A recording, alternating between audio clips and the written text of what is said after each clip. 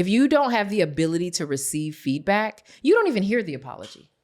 Ooh. When I give you the apology, you don't hear it because you can't even take the feedback. You mad.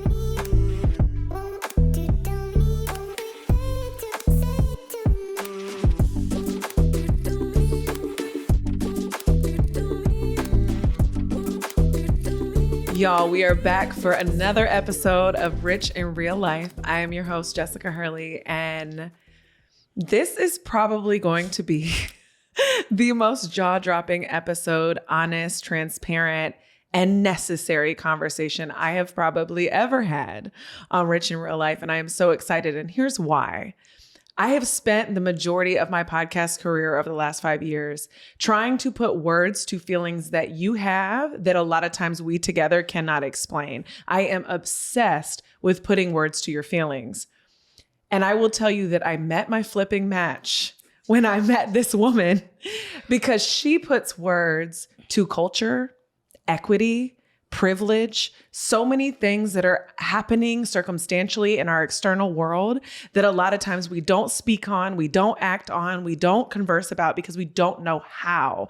And I am very guilty of this. And having these conversations with her, just her explaining some of the words and the things that we're going to talk about they have changed my life. And so I want to gift this to you because I know it is going to change yours and the way in which you show up in the world.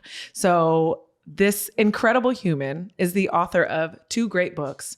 She is the author of Allies and Advocates and a book that is called Say More About That. And trust me when I tell you, you are going to learn from her today how to say more about that. She is an award-winning inclusion strategist. She is the podcast host of Guilty Privilege. She is a founder, an incredible creator, and I truly believe an incredible human. And so I am honored to have her today. So let's welcome to Rich in Real Life, Amber Cabral. I feel like there should be a round of applause. I'm like, can you just come with me everywhere? I need to be introduced. Like, that was amazing. Everyone says that. They're like, can you just introduce me everywhere I go? Let me get the recording. I will hand it over. People are always like, can you send me your introduction? Yes, I can. Yes, I can. Jessica, can you write my introduction? That's it. Literally. That was amazing. Thank you. That's my favorite part about podcasting. And I think you got to see that in yours is that I get to invite people that I'm literally, and I say this candidly, that I'm in love with, that I'm like, I get to talk to you all the time. I would talk to you even more if I could. You're an incredible human being. The work you do is amazing. And now I'm like, I need y'all to hear this because I'm putting words to your feelings. This woman's about to put words to your whole life. Everything that's happening from corporate culture to external culture to your life to your just wait for it, y'all. Get ready. So thank you for joining us. I'm so happy to be here. I can't wait to see where this goes, y'all. It's going to be great. Okay. So I have to start with a conversation that you and I have had about where your career begun, which you have been in corporate positions, very high, all over the place, doing incredible work for a very long time. Mm-hmm. But I know 2020 was when your career took a turn where you got to really step into some incredible work. Yeah. Can you say more about that? Yes, I can. I absolutely can. I knew diversity was the thing I wanted to do. Okay. And I'm saying diversity because that's what it used to be called. We now use diversity, equity, and inclusion. And some of us lean into different parts of that. Some of us lean harder into equity or inclusion. But there was a time where it was just diversity, right? Where people were like, wait, we're missing some people, you know? And so I took an interest in it very early in my career. I used to work for Blue Cross Blue Shield of Michigan, Blue Care Network, the HMO arm. And I was voluntold to participate on like a diversity council, basically. Mm-hmm. And, that was when my interest first peaked. And I'm originally from the city of Detroit, which is a predominantly Black city. And so I was just like, yo, this is the thing. We should talk about this, yes. And so I took an interest there and my career grew and evolved. And I ended up ultimately after several years leading diversity strategy at Walmart. So I reported to chief diversity officer in that space and had responsibility for developing the strategy to deliver to the organization. How does this come to life in the company's culture? Walmart is the biggest company in the history of the world.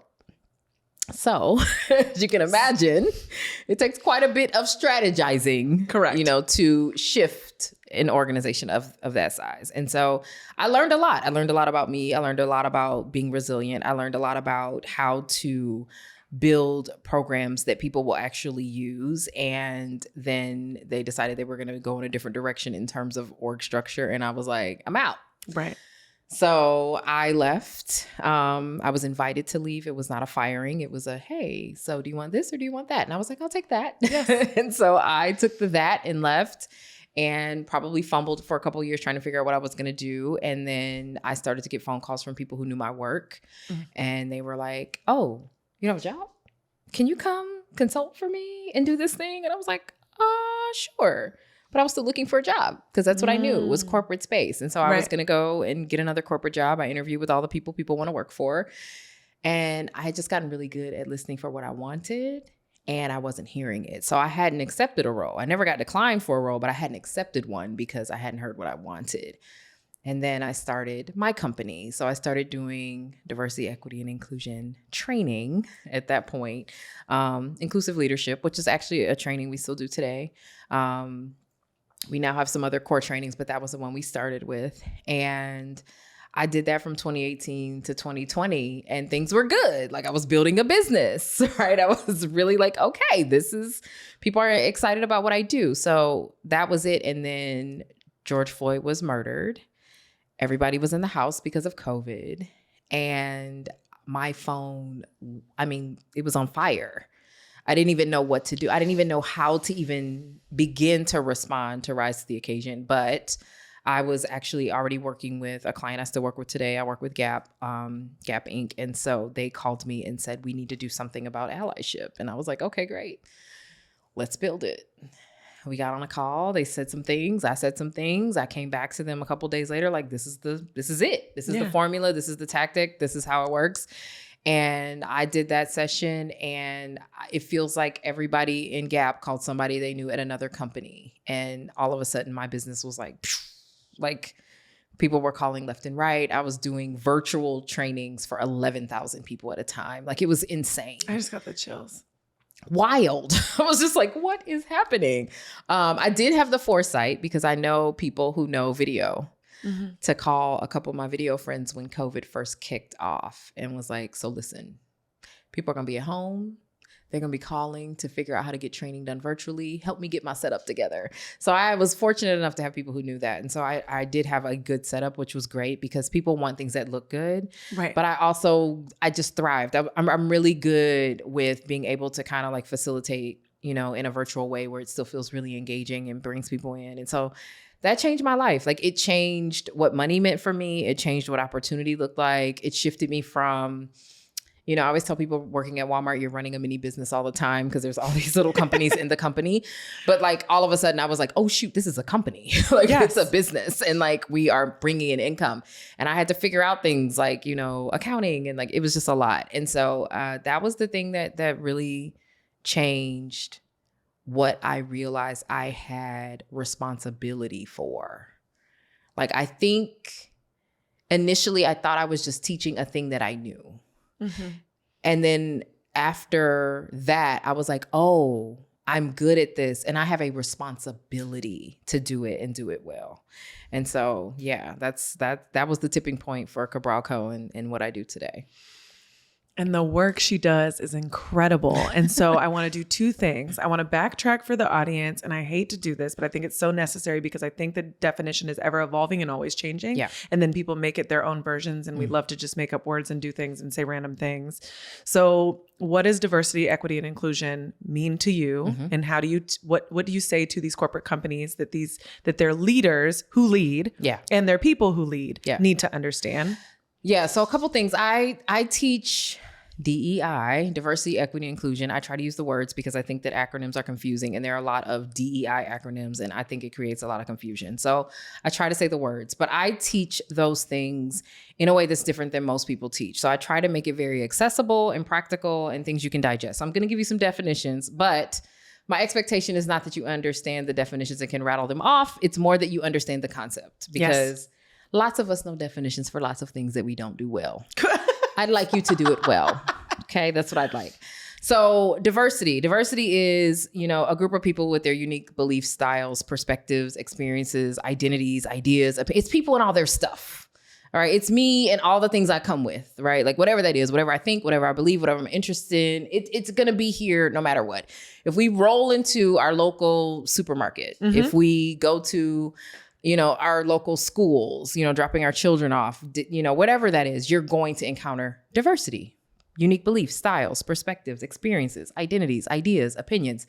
It's everywhere. You can't do anything about that. That's what diversity is. It just exists, which is part of why the industry evolved away from, we need to have more diversity. No, we have that. Yeah. We have that, right? I'm already listening to you and I'm like, that's not the way people use the word diversity. Yeah, it's not, but that's what it really is, okay? I'm going to skip equity and go to inclusion. Inclusion is when we value, support, include, connect with, champion, those people with that unique belief styles, perspective, experiences, identities, ideas, opinions, all of those things. It is the labor. It is the part where I am intentionally saying, okay, you exist with all of your uniqueness, but I also need to make sure that I'm listening to you and that I'm thinking about what your ideas are. And I'm creating a space where you're willing to lean in. And I'm thoughtful about what you may want to contribute as I am also contributing. That is when we get to the inclusion part. So like the diversity is just there. Right. The inclusion is the work. So I always give people a pizza example, right? When you're going to make a pizza from scratch, okay? I'm not talking about Domino's or Papa John's, none of that, okay? You're going to make a pizza from scratch. What do? You go get the stuff. You get the flour. You get the, toppings you're going to use. You got to do the things. You've got to chop the vegetables. You've got to spread the cheese. You've got to heat the oven up.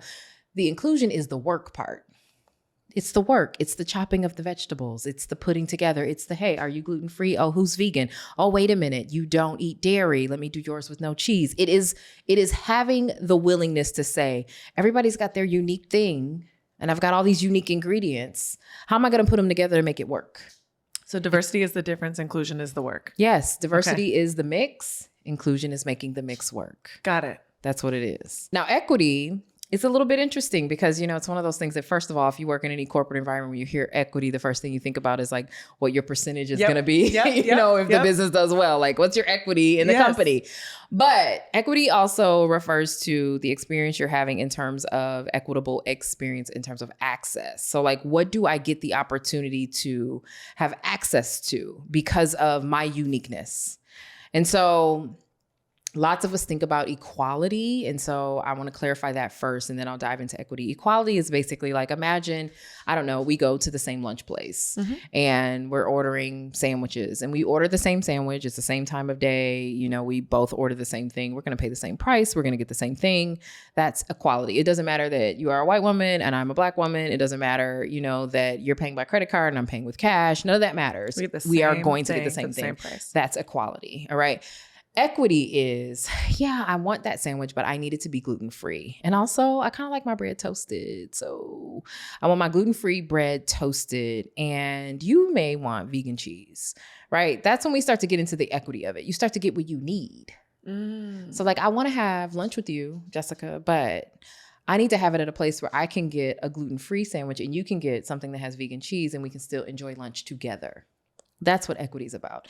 It's about creating an opportunity for us to have access to what we need, not just, you can get this and you can get this and you can. And it's like, it's like giving everyone the same size shoe, right? Like that's equality. Everybody don't need the same size shoe. I need a shoe that works for me. Right. And so that's what equity is essentially saying. And so when we put those three together, the reason why we have DEI is diversity. It's our uniqueness, right? The existence of that. Equity is the experience we are trying to have where you're going to give me what I need, where I can survive, where I can operate, where I can be effective, whether that's at work or in, my day to day. And then inclusion means that you are willing to do the labor to make sure that my identity belongs here, that I have an opportunity to experience what it feels like to be connected. You don't have to remember any of those words, really, but just think about the concepts. You know what I mean? Like diversity, it's just our uniqueness. It's the mix of who we are. Equity, I want to get what I need to be effective. Inclusion, I want to make sure that my uniqueness has an opportunity to be considered here. Someone's doing the work to make sure that what it is that I am bringing to the table is also being thought of and included in the space. That's it. Y'all should have paid for this. I should have paid for this. This is so, we are 5 minutes in and I'm like, oh my God. It's so easy to me. But like, I also think that like diversity, equity, and inclusion right now is a career. And so people are like, oh, it's so hard. And I'm like, it's not. It's really, really simple. And the reason I always tell people I think I teach it differently than most people is that like, I have no vested interest in you being able to rattle off a definition. But I do want you to be able to be thoughtful about what it means for you to be equitable in the way that you operate. I do want you to know how to be thoughtful about how you can be more inclusive in the way that you do the things you do in your life, whether that's throw parties or, you know, engage with your children or whatever. I do want you to have enough of an understanding to be able to bring those things to life, because ultimately that's what we're really looking for. I don't give a shit what your definitions sound like. Like people use different definitions than the ones that I use, but I want you to get the concept and be able to like action on it. I want to add to that is one of the most beautiful things I think, not about, because there's a lot, this is a career now. So there's a lot of people that do this. Yes. I have seen this popped up. Yes. 2020, 2021. Everybody all of a sudden was a DEI expert. And by the way, everyone is now afraid to do it because the Supreme Court has had an opinion about affirmative action come out, right? And so now everyone who was like popping up doing it has pivoted to like, oh yeah, I do leadership consulting or, you know, whatever. And I'm like, oh, so it don't matter no more. The DEI thing not popping because you notice the budget has moved. And so yeah, the intention is moved. It's still incredibly important. I'd still do the work that I do because I think it's important for us to be able to be considerate of the experiences of the people around us, because at the end of the day, yes, we are all human, but all of us are not experiencing access to humanity the same way. And this is the thing that's in the way of that. And so that's why I still continue to do the work. You took the words right out of my mouth about what is happening now. So thank you. That put words to that. Yeah. But what I think is so beautiful about what you do, and I haven't seen it done this way with anyone else, and I'm not saying it doesn't exist out there, but this is what I've witnessed that you do day in and day out in the work that you do and the friendships that you have and every conversation I have had with you or I have seen you have externally with the people you work with, your network and your friends, is that this is a gift to everyone. Oh, absolutely. It is so necessary. You are building a bridge for everyone, because one thing I see you do often is like, you're like, I am here to build your arsenal of words and ways to communicate with people to offer a thing that will make the world around us better for everyone. Yes. Especially, and I'm going to say this as a white woman, the white people that are out there leading I'm sure they all have their own reasoning in all the different ways, but they are at times so scared to do this because they don't know how. Yeah. They don't know the ways to say it. Yep. They don't know how to not be offensive. They are naturally offensive. So there are just so many things at play here. And what I've loved about what I see you do is you often come in and you're like, hey, that's not going to work. That's not going to work. You can't say that like that. But guess what? I'm not judging anyone. You don't have the craft or the dictionary or the vocabulary or any of this understanding from the world that you were, the privilege that you have been given your entire life to be able to do this. So here's my gift to you. Here's what I'm doing for you, is changing all of that for you so that you can create a better culture, workplace, etc. Yeah. And I don't think like that's the part that makes me want to knock down people's doors, is I'm like, hey, there's someone here that doesn't give a shit about the place in which you lead in right now. And they can make you a better leader, make you a better people leader, make your leaders better, like all of the things by making the culture in your workplace better. You just have to be open and understand that this is one thing that you're going to have to sit your ass down and learn from. Two things about what you said are super I want to just zoom in a little bit.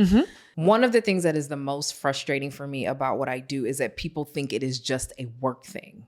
And I'm like, it's not. It's not. This is a how you live your life thing. And so I want you to understand that like, if I am walking around saying inclusion is important to me, equity is important to me, I am operating in that lens, whether I am in the workplace or not. And so what does that mean? What does it look like? And so this is the first thing you taught me, by the way. Literally, because like you were like, don't say that word that way. And here's why. Yes. And I was like, it's just me and you in this room. And you were like, I know, don't use that word that way. Yes, because I think it's important that you understand the impact of your existence in life.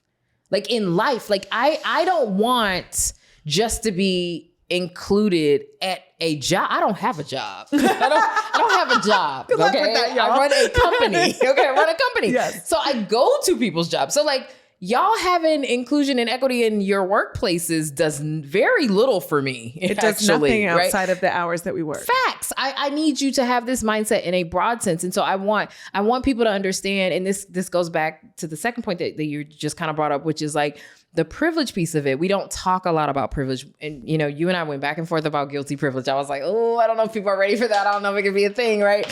We're so ready for it. But it's happening and people love it. And I do think the thing about it is that privilege it's a thing that we feel real squirrely about. We get real dicey about privilege. We feel like, you know, oh, I'm not privileged because I worked hard to get it. Don't matter. If you worked hard and you got it, you're still got. Guess what? I'm privileged. I am privileged in multiple ways. I am privileged in ways that have absolutely nothing to do with the amount of work that I've done. Am I also still oppressed? Yes, I'm a Black woman. You know what I mean? Like, correct. I live in a country that prioritizes whiteness, right? And white supremacy. So absolutely, I'm still oppressed. But I also have privilege. I have the privilege of speaking, you know, English in this country because that is, you know, the language that we speak predominantly here. I have the privilege of being light skinned because we all know that colorism thing is a real thing. Mm-hmm. I have the privilege of being stereotypically pretty. Pretty privilege. All right. Creates its own thing. And so like, I think the more we're able to just kind of admit that like privilege plays a part in what we have access to. And if we could just be honest about it. Yeah. Right. I had a moment and I'm going to bring this full circle, but I had a moment. I used to live in Bentonville, Arkansas, because that's where Walmart is headquartered. And I had, actually a person who reported to me, young lady, and she was very dark-skinned woman, short hair. And I also had short hair. And, you know, we both kind of like leaned into a lot of similar styles at the time. And so she asked me one day, I love your workplace makeup look. Let's go shopping. Like, I would love to go squirreling around just to figure out what you're using. And I'm like, okay, cool. Let's do it.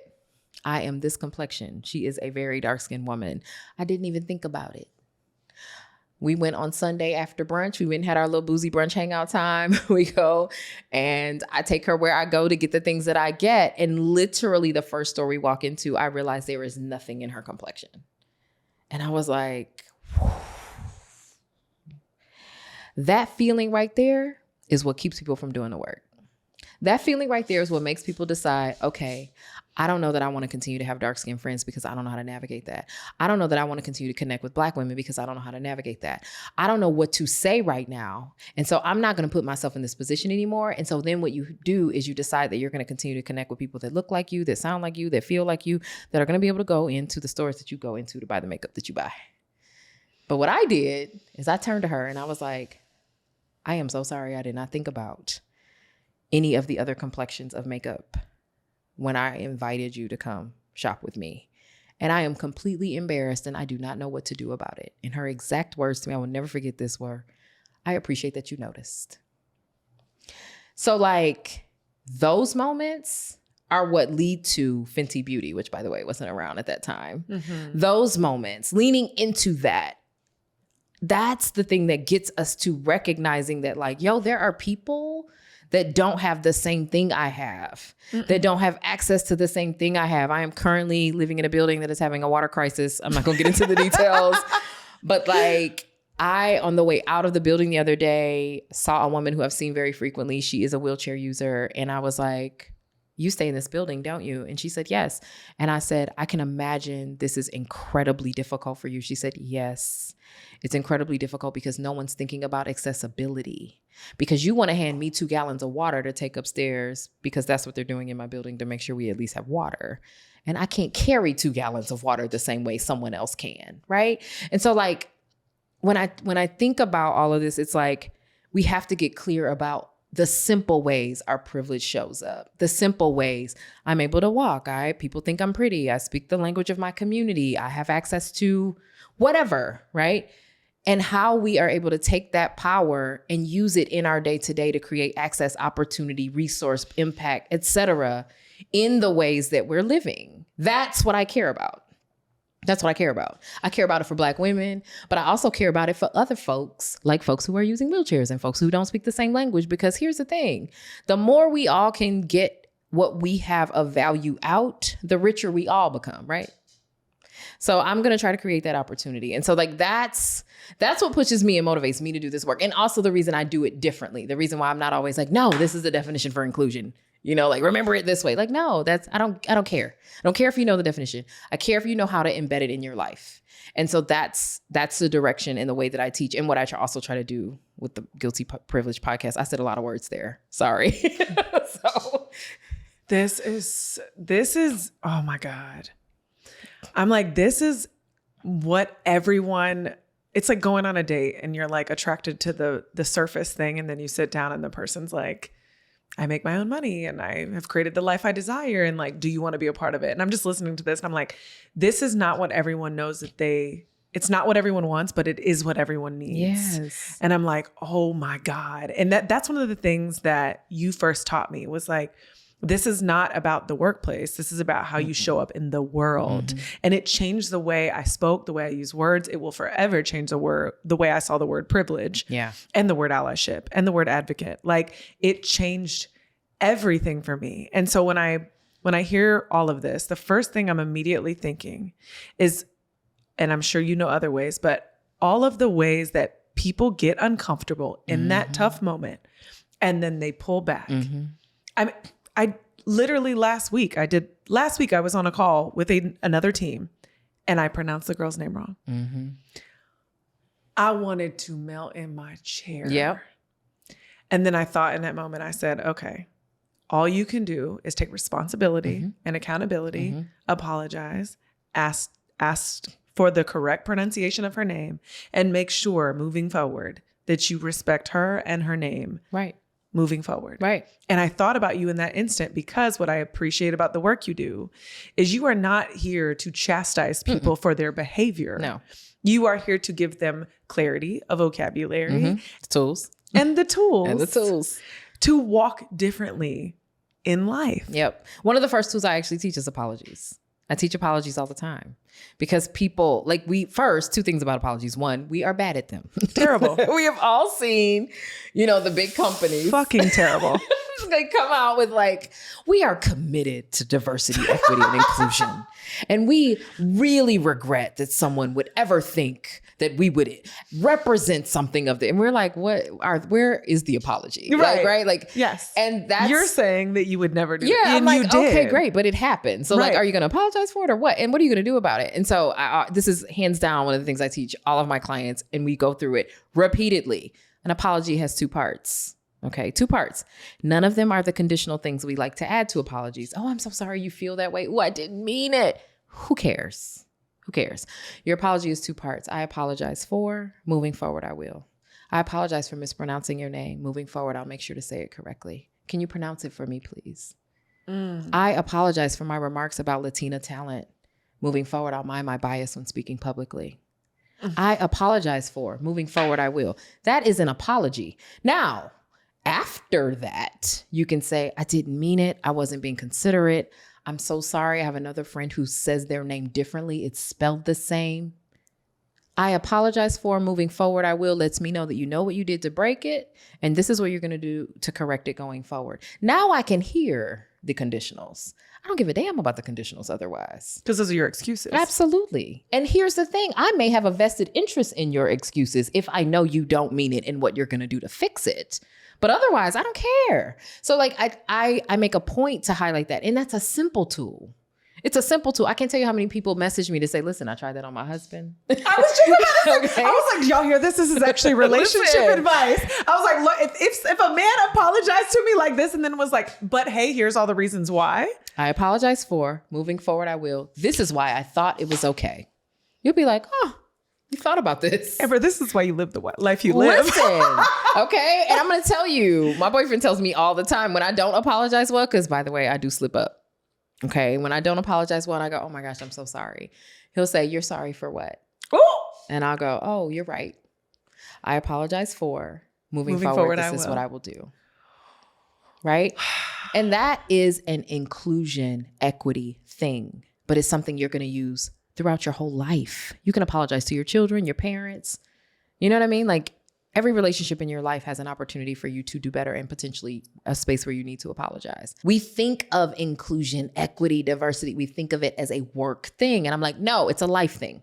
You're going to apologize in your life. So like, do you have the tools? And so I try to teach this in a way where you understand that like, the moment you're road raging down the street, you're in your bias. You know what I mean? Like, I want to paint that picture for you. You know, the moment that you're making assumptions about who's the greatest basketball player, you're having a moment where you are having some bias in that space too, right? Like, and I want you to see that. And it's not necessarily saying that you're a bad person and that bias has to make you a bad, horrible being. It's you understanding how it works and how it shows up so that you recognize that the concerns that you have about the way your children are being treated in school, the concerns that you're having about the way we make decisions around political candidates, the decisions that are being made for us, you know, from the Supreme Court, the conversations that we are hearing in our workplaces around how we are distributing work and making selections around hires, all of that is an equity thing. Your inability to walk into certain clothing stores and find certain sizes, despite the average woman being a size 16,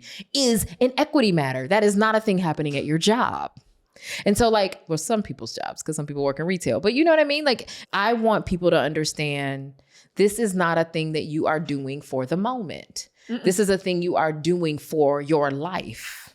And if we can at least just put that lens on and be willing to understand the impact that it has on our day-to-day as a whole, we can have a grander experience collectively. And the impact that we're talking about that we want can actually happen, because it is little things like knowing how to apologize. It is little things like knowing how to and being willing to speak up. It is being able to push past your discomfort and say, okay, this is a moment where I've got to take this feedback. Like, it's that. And these are simple, simple things, but we don't connect them to getting us to equity and inclusion. And that's where the problem lies. I'm just in a masterclass like y'all are in this moment. This is so good. Okay. So very clear for the most part on DEI. And I think there's even a broader conversation to be had that we could be this entire podcast of. On a broader scale, I gave small details, life details, but on a broader scale, when there are major leaders that make massive mistakes and they get in that uncomfortable position, it even sounds like a PR conversation of like, what do they do? Because you see so many people make their biggest mistakes and not apologizing and not taking responsibility or blaming or playing victim to what was said, done, or the mistake that was made. And so I think for those listening that are scared of the hard conversations or see the result of massive mistakes, outside of apologies, what do you typically say people need to do or should consider when they are just in these really uncomfortable spaces? And I'm just thinking of examples of like, there is always bias. There's always all of this. This is happening all the time. All the time. Everywhere. Everywhere you look, this is happening. Yeah, you're doing it to people. You're biasing all the time. You're looking at somebody and you're being like, oh, she's tall. Oh, she's pretty. Oh, he looks like he's got a lot of money. You know, like you're doing it all the time. She might be good with kids. Like, you know, it's all that. We marry people based on our biases. Like, oh, her mom was nice and she was nice. I think she might be a good cook. Maybe I should, you know, it's happening. It's happening. You're living your life by it. The least you can do is know how to navigate, like how to have the conversations around the tough stuff. So like if I were to give a tool outside of apologies is really important. But if there were two things I could give people across the world, one would be apologies. The other two would be knowing how to give feedback. That's one. And also receive feedback. That's two.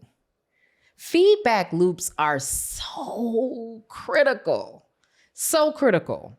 Because here's the thing. If you don't have the ability to receive feedback, you don't even hear the apology. Oof. When I give you the apology, you don't hear it because you can't even take the feedback. You mad. You're in it, right? And so like I want people to also build the resilience of having the ability to give and receive feedback. I make a very pointed effort to build relationships in my life with people who are willing to give me feedback, who are willing to also take the chance and hear my feedback, even when it's a little bumpy and it's rough and I might not get it right all the time. Giving and receiving feedback are critical pieces. And here's why. You don't know that you're doing it wrong until someone tells you. You don't know. How many YouTube videos do you start that open with, hey guys? And guys, it's not gender inclusive, but we would consider ourselves people who want to make sure that we are not leaning into the gender binary. Guys is not gender inclusive. Sometimes people will say, oh, well, I think guys has evolved. It's for everybody. And I'll say, if I told you I went on a date with 4 guys last week, what comes to mind for you? It's not. It's not. It's not. It's not gender inclusive, but we do it. We, hey guys, all the time. And so like, if no one says to you, hey, guys is not inclusive.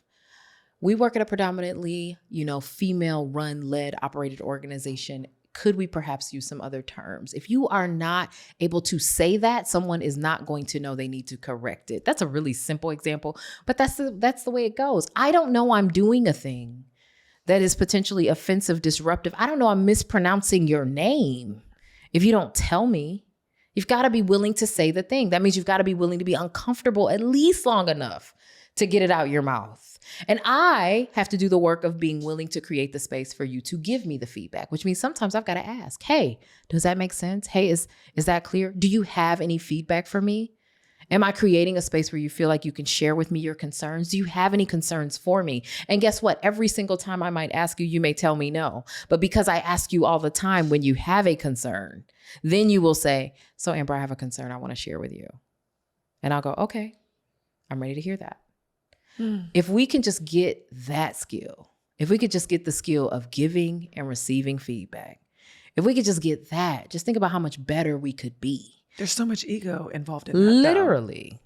Literally, because I've decided I'm great. I am the best. I'm the expert at this thing.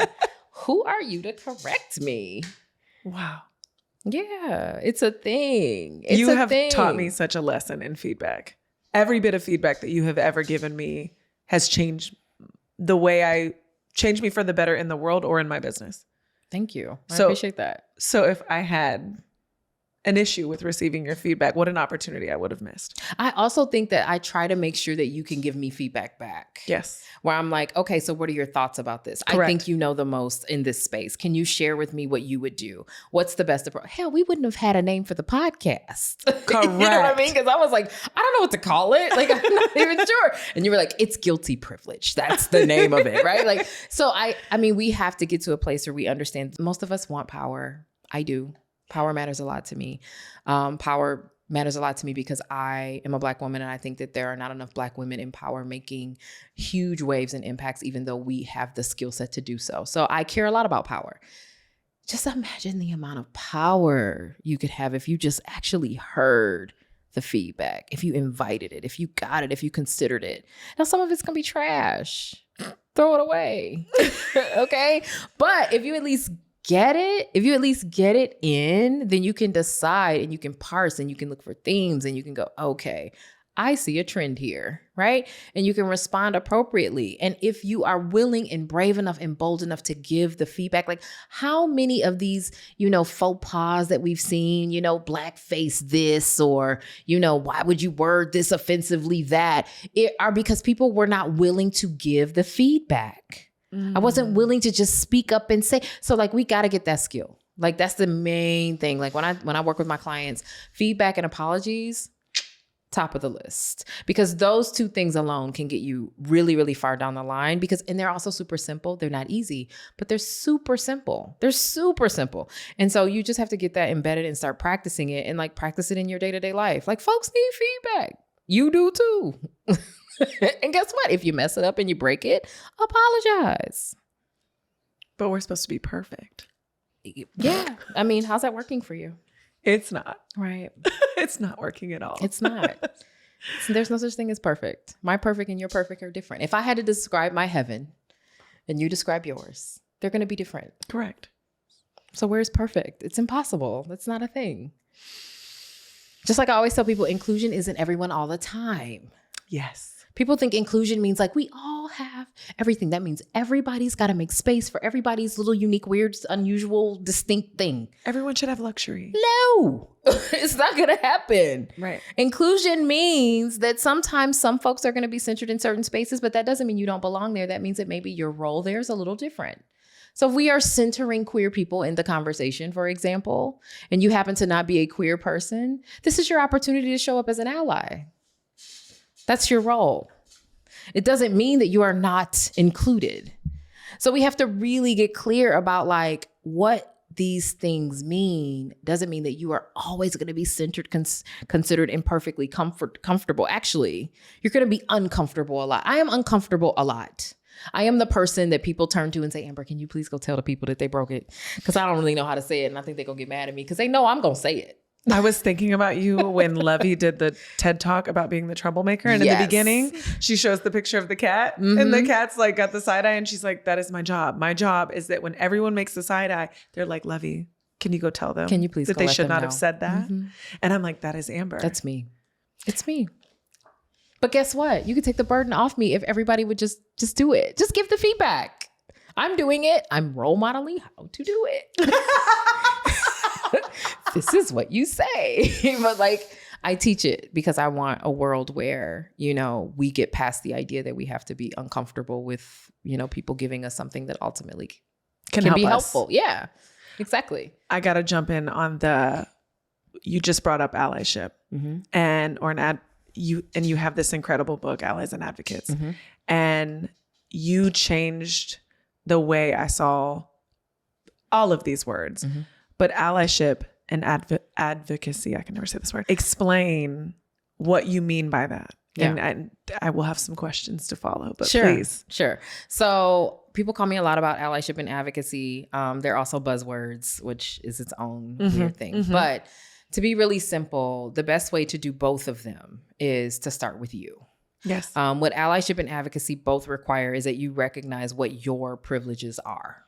What do I have? What am I not even thinking twice about, right? What are the things that are occurring in my life that are very, very natural for me that I'm not thinking about? So, you know, just kind of go back to a couple of examples I gave. I can walk to my local grocery store and talk to anybody in there. And I mean, they're going to know what I'm saying, right? Mm-hmm. I speak the language of my community. Correct. That is a privilege. Okay. And so if we can get clear about what our privileges are, I have hot, clean running water. You know, I can very easily stroll into my local CVS and pick up something, a bandage in my skin tone, right? Mm-hmm. Whatever it is, if you can get clear about what your privileges are, then the next step is to step back and say, okay, who around me may not be having that experience? What experience might they be having? What experience might the person who is not able to speak the language of the community having? What experience might the person who is not able to have access to hot, clean running water having? What experience is the person having that is going into stores and not able to find bandages in their skin tone or makeup in their skin tone or hosiery in their skin tone, right? Very easily, right? What experience might they be having? And if we don't know, then we need to start to connect and build some empathy for that. Mm-hmm. If we can start to connect and build some empathy for that, that's where we get the difference between allyship and advocacy. When we start to get to allyship, what that means is I look for ways to extend my privilege to you. Oh, wait, you're having that experience? Okay, well, I don't even have that at all. I have an abundance of this, actually. How can I extend my privilege to you so that I can perhaps create an experience for you that feels more equitable? All right. Advocacy is asking us to look at the systems that are in the way. So instead of me thinking about the ways I can extend my privilege to you, what I'm looking at is like, well, what are the systems that are in the way of you having what I have? Because I easily can, blah, blah, blah. I can easily just go hop on the MARTA. I don't have to think about anything. Right. But this person who's a wheelchair user, how are they even getting into the station? I don't even see an elevator. What are we doing about that? All right. And so I think having the thoughtfulness around those pieces. So advocacy is more about the system. What am I doing that I am having an experience that it's not disruptive for me at all, but someone else isn't in that same privilege. And there's a system in the way. There's a process in the way. There's a resource in the way. There's something that maybe I have the power to change, or at least I can call to someone's attention. And then allyship is more about the person. What can I perhaps do to make sure that you have access to the same thing I do? Oh, we don't speak the same language, but you should be able to grocery shop just like I can. How can I make sure that we're creating access so that you can do that? How do I make sure that you get the ability to experience equity in your life in the same way that I do, even though I'm getting a little bit of ease because I've got these privileges? Okay, I have a very serious question for the potential ally. And I'm sure you answer this question in the book.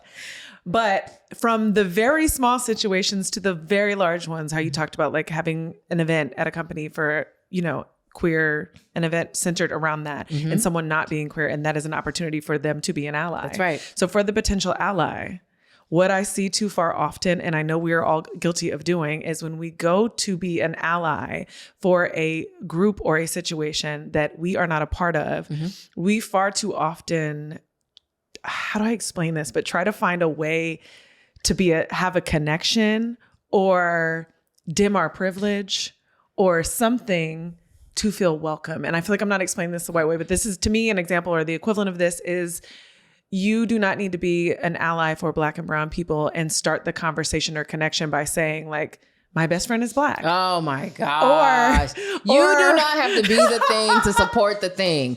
You do not have to be the thing to support the thing. Thank you. Do you know how many diversity practitioners, because that's what I consider myself, a diversity, equity, inclusion practitioner. I'm a practitioner of the work, okay? You do not have to be a person who's a practitioner of the work who also happens to be queer and then also happens to be non-binary and also happens to be, you do not have to adopt all of these things. Part of being an ally is being able to position yourself in the discomfort of building empathy. I don't know what it's like to be a trans woman. I have no idea. But I have relationships with folks who are trans women. I have intentionally done work in trans communities. I have intentionally tried to connect in ways that help me to build the empathy necessary for me to say, oh, I see where my privilege is in comparison to yours. An appropriate way for me to extend my support might be this. Does that sound right? That empathy makes you ask. You build the empathy. You get involved. You make the connection. You get real good at being willing to be uncomfortable. You get real good at somebody saying, yeah, that you don't really get it. Because listen, you are cisgender and there's a lot of rights that you have that I don't actually have. And you don't actually get it at all. And guess what? People are going to be frustrated because they're not going to know how to explain it because they're living it and it is painful and challenging and difficult. And I'm just using trans as an example. It could be anything. We have to be okay not knowing everything, being told that our privilege and someone else's privileges are different and that creates a rub and that we don't know the answers. And we have to build the connection and the empathy to figure out what they are. Allyship is labor. Folks are running around talking about, I'm an ally for the blah, blah, blah, blah, blah community. It's labor. Are you working? Because if you're not working, if you aren't exhausted or tired or confused or frustrated, or perhaps sitting back and questioning as you're watching some of the things that happen around whatever it is that you are supporting, if you are not in that place, then you're not doing it well. You're not doing it right. Allyship is work. It's work. Advocacy is work. It is work. I got to be uncomfortable. I am pushing against a system I do not think is working for everyone. Have you tried to fight a system? Think about that. We had a system where we had access to abortions for years, and now it's gone. And there are people fighting that system. Like, do you know what that feels like? Like, that's labor. And so like, we have to also really get clear that like, this is uncomfortable work. It's uncomfortable work. It's uncomfortable all the time. If you're not uncomfortable every week, you might not be doing the work. You might not be an ally or an advocate. You might not, like you kind of got to own that. I always tell people, I know I'm not doing a good job if I haven't apologized at least once a week. I'm going to butcher somebody's name. I'm going to misgender somebody. It's going to happen. I apologize for it. Moving forward, I will. If I haven't said that at least that week, something's not right. Or I'm sick, one or the other. Because the work, it's labor. In 2020, I did a podcast episode that went viral, and it was called A Letter to My Whitest Self. And it was because when all of this was happening, there were people contacting me in my network, mostly other white people, asking me, how do you feel about this? And what are you doing about your son? Who my son is biracial. And there were so many things I wanted to address. And there were also people like all these other things matter. Shut up. Right. Everything else matters. And it was like, all things matter. Right, and I was like, and what's interesting is I didn't know what allyship meant during that time, but I was just like, I have a biracial son. I was engaged to a Black man at the time. And the letter was about, and I still don't have the tools and don't know what to do. And so my job is to educate myself, because I will never and can never say that I have experienced what these people are experiencing. And so your job is to go educate yourself and then ask for what you need to be doing. And if you don't feel like you know what to do, then you have more work to do. Yeah. There's a couple layers in there too. And these are things that I think you do that you probably don't really identify well. It is educate yourself, but it's also put yourself in appropriate relationship. Like when you build strong relationships, you get people, you and I, right? Mm-hmm. We can have a conversation where I can say, Jess, not the appropriate approach here. Correct. Reconsider this wording. Yep. Things like that, right? And you can say the same thing for me, right? Correct. Like because we're in relationship, we can do that. A lot of people miss that. They get clear, I got to educate myself. And they'll say that, I'm still learning. I'm educating myself. Right. But I need you to also get to a point, and this is the second piece, where you're doing something. And I want you to understand that even when you start doing it, it's still going to be uncomfortable because the problem's still here. So while you're doing the thing that is being impactful, that is changing it, that is having, an opportunity to influence and shape and all of those things, it's still going to be ugly.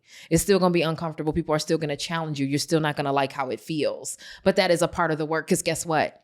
I'm experiencing this in an everyday kind of way. So I think those two pieces are part of it too. And you do those parts, but I think it's a thing that, to your point, sometimes might feel hard to put words to. Yes. Yeah. I think there are so many people that took the lazy route because they didn't know what to do and they didn't know what to say without coming off as offensive. Yeah. They didn't know how. And I'm gonna say it. I felt like people were like, okay, well, let me go out there now and just make new friends. Yep. That for the 30 years, 40, 50 years of your life, you had never went out and made friends that didn't look like you. Yep. And then you were like, oh shit. Checking the box. I should go make some different looking friends. That's it. And I was like, oh my God. Yeah. This is where we're at. Mm-hmm. And then to hear you say the reverse that I think most people don't pick up on is, well, we're not saying I'm sorry, but I'm sorry that you have to put yourself in a space that makes you uncomfortable by having this conversation. Mm-hmm. However, that level of uncomfortability, if that's a word, is how I feel all the time. It's my norm. It is my norm. The oppressed identities in this world, not just in this country, but in this world, it is their norm. It is the norm to be uncomfortable. It is the norm to be oppressed. It is the norm to have to push back. It is the norm to have to figure out how to challenge. It is the norm to be judged. It is the norm to be criticized. And you it is the are norm struggling to worry about your skin. Yes. It is the norm for me to worry about me existing in this container. Correct. And you are concerned about saying the wrong thing. Okay. You know how to apologize. Guess what? I may still be mad about it, but you have the tools. I need you to go forth and try. I need you to go forth and ask for feedback. I need you to go forth and learn how to give feedback. I need you to be willing to be corrected. I need you to be willing to be uncomfortable. You need to be willing to be wrong. All of it. I am wrong. I do this for work. I am wrong. I have been wrong. I have been corrected. I've been corrected harshly. Right? And I have to be okay with that because here is the thing. Nobody knows what it's like to live in your container but you. And we are trying to create a world where we're giving equity to all the containers. If I'm going to give equity to all the containers, I'm going to fuck that up. Somewhere along the ride, I'm going to mess it up. I'm going to say something wrong. I'm going to offend somebody. I'm going to frame it incorrectly. I'm going to not be thoughtful about my impact. I am going to do it. And so are you. And here's the thing. There's a lot of folks, a lot of white folks who are unwilling to even lean into that. And if you're not even willing to be a little bit uncomfortable, well, baby, come on now. You just want to rattle off some definitions. That's why I always tell people, I don't care if you know the definitions. Do you get the concept? I need you to get the concept. How are you bringing it to life in your life? How are you bringing apologies to life in your life? How are you bringing giving feedback when it's tough and it's hard to life in your life? How are you bringing receiving feedback to life in your life when it's hard? Because when I tell you a thing and you want to push back on me about it, are you actually receiving the feedback? Do you know how to do that? So it's again, all of the things I teach are really simple and really practical and really accessible. And I try to make sure you understand you're doing this from the moment you step out your house and sometimes while you're in your house. But also, I want you to realize that if you are not understanding that that's the way it is, that it's in your day to day at every moment and every step, you are not making an impact doing it at your job. You're not. It's not happening. The reason why y'all are struggling with talent pipeline is because you think that only place that DEI belongs is in your job. So the people that's trying to get in the job can't get in because it's not happening outside the job. So there's so much nuance and so many layers. But again, this is simple stuff. The biggest obstacle is I don't want to be uncomfortable. I don't want to be wrong. I don't want to be incorrect. I don't want to be corrected publicly. I don't want to be embarrassed. I don't want to get dragged. I don't want to be shamed. I don't want to be, what's the word? Canceled. And I'm like, folks don't get canceled unless they double down. When you do something stupid, you need to back up and be like, oh, I did something stupid and apologize. Most people want to be like, but also, and another thing. Like, and there's a reason I said that. And now you're getting dragged. And you know what I'm saying? So like, it's the unwillingness to be okay with correction and discomfort, and the unwillingness to create the kinds of relationships in your life that make sure that you get that. Like the people who are close to me chin check me regularly. I am familiar with a bruised chin because I know it's the only way I'm going to get better. And I want people in my life that have that. And I try to teach people the resilience of being able to take it as well as give it, as well as know how to apologize when you fuck it up, because you're going to do it. I have to wrap us here. And I can't do my job on this podcast unless I'm constantly willing to throw myself under the bus. I want to go back to what you just said about one of the biggest problems we have is that people don't want to be canceled. They don't want to feel shame. They don't want to feel embarrassed. They don't want to be corrected. They don't want to feel stupid. They don't want to feel offensive. They don't want to say the wrong thing, do the wrong thing. They want to be perfect. All of the things. I am guilty of this. And so I'm going to use myself as an example. This has been the year where I have been chin checked a lot for why I do what I do. And I get the unique opportunity of putting power behind marginalized voices, underrepresented voices, primarily Black and brown women. I help those women amplify their voices through the power of podcasting, talk shows, video conversations. And I listen and I eat it up, and then I find ways to blow it up in a way that I think that other audiences will be transformed by it.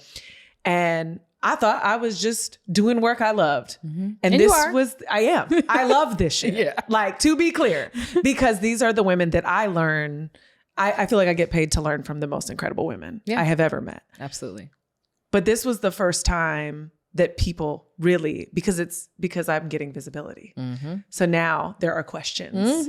And this was the first time where I was like, what? Like, people are like, hey, why do you only work with Black women? And hey, we wanted to partner with you, but someone in the organization said, you're not Black. So what are you doing? Why are you helping? Like, so that's against our brand because we help them and you serve them, but that's not you. And I was like, holy shit.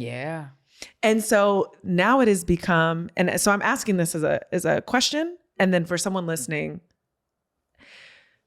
how can I continue? And I love that you brought this up about, I'm just in an uncomfortable space right now that you have been in your entire life, that many people have been in their entire life.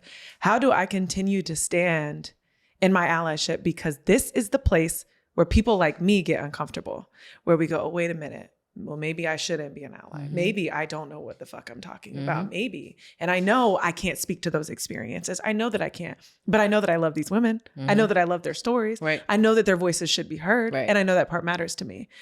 But when people ask those questions and I don't have an answer, I'm like, oh, fuck. Maybe I don't. Maybe I'm not the person to do this. I think you do it anyway. I think... All right. So a couple things. I think one, we are preoccupied with having an explicit explanation for why we do the things that we do. A lot of us don't know why. Some of the things we do because we're interested and we like it, which could very well be the case for why you are where you are here. But in terms of what you should continue to do, if that is true, if it is true that you love it and you value it and you think it's worth people having the opportunity and amplifying Black and brown voices, particularly Black and brown women's voices, matters to you, you should continue to do the work. You should also be prepared to continue to be questioned. And I think that's the part that gets tough. Like, I am always questioned. I am always questioned as far as my professionalism, as far as my intellect, as far as, lots of just really random arbitrary things because I'm a Black woman walking around in a Black woman's container. You used the phrase enduring skepticism. It's a thing. I was like, holy shit. You've got to endure the skepticism. You have to. And I want to add this. I'm going to add another layer here. But here's the thing. The endurance of skepticism is not just for white folks, right? In this space, it's a thing that I think you would need to do here. You need to endure the fact that people are going to look at you and be like, hold up, you a white girl, you got all these black folks talking, hold on, wait a minute. You got all these black people paying you all this money to help them. I'm confused. You're right. Okay. You have to endure that, and you have to get really comfortable with the fact that that is going to be ongoing. It's not going to stop. It's unlikely it will end in your lifetime. And in fact, I would probably do a little bit of work to make sure that I could explain why it is so important that I continue to endure in that space. I don't think you should stop. I do think you should be clear enough to be able to explain it. But I also want to say that enduring skepticism is not something that happens just to white folks, because, you know, I think back to 2020, I had a really good friend that he used to ride his bike. We were staying together at the time. He used to ride his bike up to the local grocery store to get groceries, just, you know, whatever. He went one time, he forgot his wallet. He gets there, he's in the little self-checkout. He's, you know, packing his stuff up. He goes to pay and he's like, oh shoot, right? He's got an iPhone. They don't have Apple Pay. He's like, okay, let me just put everything back. As he's in the process of putting things back, what happens is this small little white woman walks up to him. By the way, he's like a 6'5", 220-pound black man, very muscular, handsome, dark-skinned guy. And this little tiny little white woman, you know, probably 120 pounds wet, you know, walks up to him and goes, hey, is everything okay? And he immediately assumed she worked there. And so he's like, oh, you know, I realized I forgot my wallet, so I need to cancel the transaction. And she goes, oh no, well, maybe they have like Apple Pay. And he's like, oh no, it doesn't look like they have that. And at this point he realizes she doesn't work there. She's just trying to help. Right. And so he's like, oh no, it's fine. I'll just put everything back. It's not a big deal. And she's like, well, it's like $12. Cause again, he's on his bike, so he doesn't have that much. Right. And so she's like, it's like $12. It's no problem. I'll pay for it for you. I mean, just enjoy the rest of your day. And he freaks. Like, he's like, no, it's okay. You don't have to do that. Like, I'm good, because in his mind, I am a big black man. This is post George Floyd. I have a lot of, reservation around white people leaning in to help me. Right. I've not had the experience of white people being helpful to me. Now, all of a sudden, this man has been murdered very publicly and all y'all are coming out the woodworks trying to help. It feels weird, right? Black folks also got to endure some skepticism. We also have to get okay with the idea that sometimes the white woman that has a podcast company that supports Black and brown women is actually making a meaningful impact, and that's okay. We're still going to question it. But we have to endure the skepticism to find out where the validity is, right? And so there's two sides to that, and that's the thing that happens across all of these conversations. I'm listening to you and I'm thinking the validity is where one of the biggest issues lie, because we want the allyship and we want the connection. We want to bridge the gap, but both parties are like, I don't know about you. No. And here's the thing about it. You look like everybody else saying that they want to help. Exactly. And once you're valid for me, that doesn't mean you're valid. Right. You're valid for me. Now you've got to become valid for the next person and then the person after them. And occasionally you get lucky and you get a patch of friends, right? And they're like, oh, you were valid for her, so we're cool, right? But like, there is going to be the skepticism. When I tell people that this work is labor, surviving skepticism is part of the labor. I am constantly surviving skepticism. I can't tell you how many people hesitate to give me a mic. I am never not good on camera. I am never not good with a mic in my hand. I would give you a mic all the time. But I can't tell you how many people hesitate. And they hesitate because of whatever that bias thing is in their brain that makes them go, I don't see a lot of people look like her on TV or with a mic or I don't see that. So that the endurance of skepticism is part of the labor. You are in the process of having to survive that labor. You will have to survive it in an ongoing way. That's a real thing. This was so good. This was so good. Good. Oh my God. If this didn't change the way, like my mind is already turning. Like I'm like, all of these words I thought of wrong. All of these things I was not clear on. And this already changes the way that I show up in the world. And it also makes me want to correct a lot of things that I see, because I'm like, this word is being used so vaguely. These words are being used so vaguely and incorrectly in the masses. Oh yeah. Like, I'm like, oh, so I'll have a job for a while. Yeah. I was like, we're all doing this wrong. You have a lot of people to help. Oh yeah, for sure. Oh my God. Okay. So Amber, thank you. You're welcome. Thank you for having this honest conversation. I think this was needed for a lot of people. I'm glad you guys could be a part of it.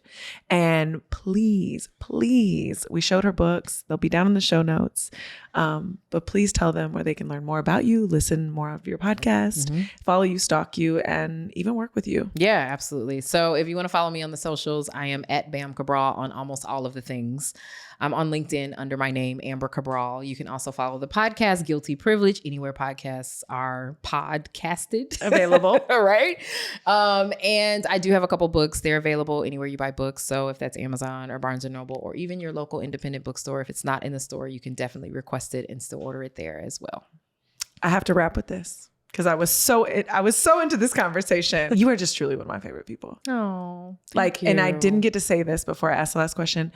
You live, breathe, and walk everything that you teach. I try my best. I get it wrong. You do. And when you do, you admit it. I do. And you taught me through your examples what allyship means. Thank you. Because you have showed up as an ally for me in my journey several times. Like, I have never met someone so willing to hand off, refer, and just offer assistance. Yeah.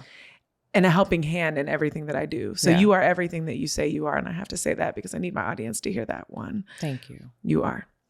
And two, I have to wrap with, I need you to tell them what rich in real life means to you. Ooh. Rich in real life means power to me. People get funny about power. People get real funny when a Black woman says power, but that's what I want. I would like more power, please. I forgot to say this. You can also go to ambercabral.com and learn whatever you like to learn about me. But power is important to me, particularly because I think there are a lot of people who have it that are not using it in ways to make the kinds of impacts that I think power really can. And so I am on a mission to get the kind of power that will make the impact that we all deserve, that especially people that look like me deserve. And so when I think about what rich in real life looks like to me, it's not the money. The money is, I need it. I need some money. The money is important, but it is really about the kind of influence and connection and power and impact that I can make. That's what rich in real life means to me. A woman saying that she is okay and wants power. Hey. Do y'all hear me? Oh! Please pass it on. More please. More please. We've decided we're not going to say more please anymore. Yes. Power. Thank you. Thank you. Amber, thank you. Thank you.